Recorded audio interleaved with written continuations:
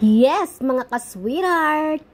For today's episode, magluluto po ako ng adobong pusit, pero lalagyan ko siya ng gata. At dahil nga po, galing sa Quezon ang pusit, so hindi ko na mapigilang kumain, takam na po ako.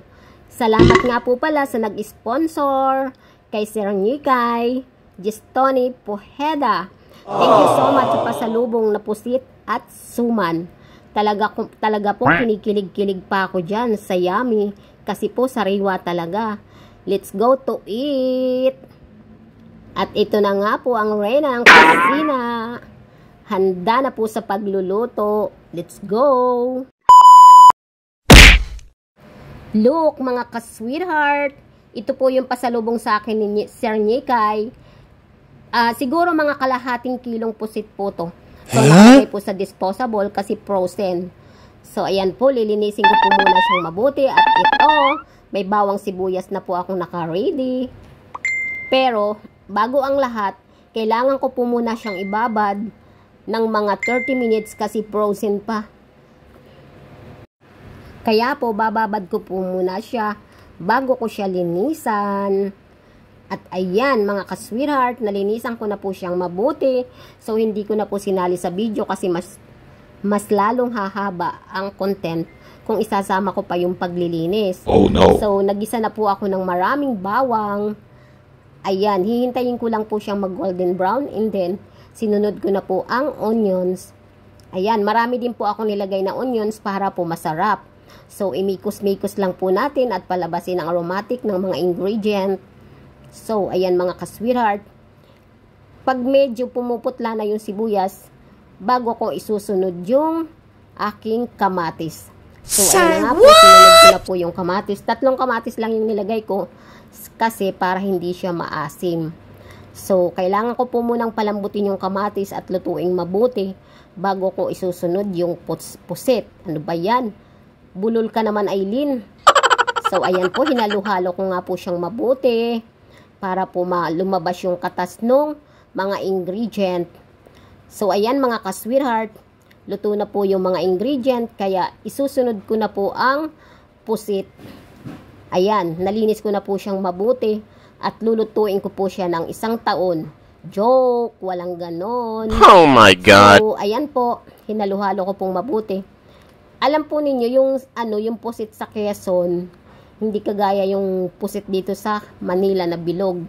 Yung po kasing sa Quezon yung pahaba. Pero yun yung gusto ko. Masarap siya. Fresh na fresh. Tsaka po nilagyan ko siya ng konting paminta. Ayan, kunti lang po. Nasa inyo po kung gusto ninyong maanghang. So mag-add kayo ng maraming paminta. Pero sa akin, tama lang. At saka po naglagay din po ako ng konting Ajinomoto. Ayan, may nalaglag pang konting kamatis. At saka po siling haba. Ayan po, masarap po talaga may siling haba.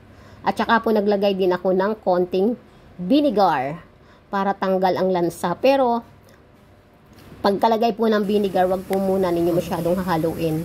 At saka po kunting asin lang kasi maalat po yan, salted na po yan kasi seafoods, kaya may alat na po yan. So ayan po, natapos na po yung 2 minutes kaya hinalo ko na siya. At ngayon, ilalagay ko naman po yung gata kasi luto na po yung pusit. So, kailangan ko na pong ilagay yung gata. And then, saka ko naman siya hihintayin lumapot. Ganun lang po yung paglalagay ng gata sa adobong pusit. Kailangan muna siyang maluto bago ilagay yung gata. At mas the best din po kung papatuyuin ninyong mabuti yung pusit na adobo, yung konti lang yung sauce.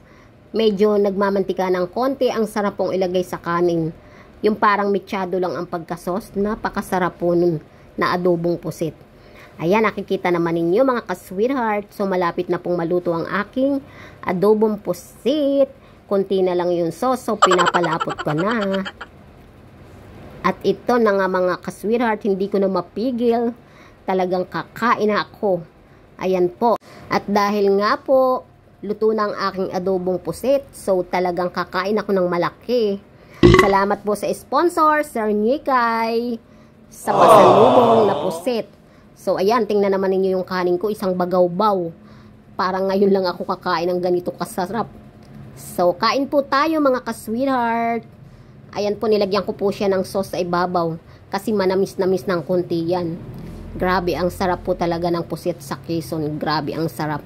At nagterno nga po pala ako dyan ng tortang talong. Ayan, para po mas the best. Thank you for watching mga ka-sweetheart. Bye!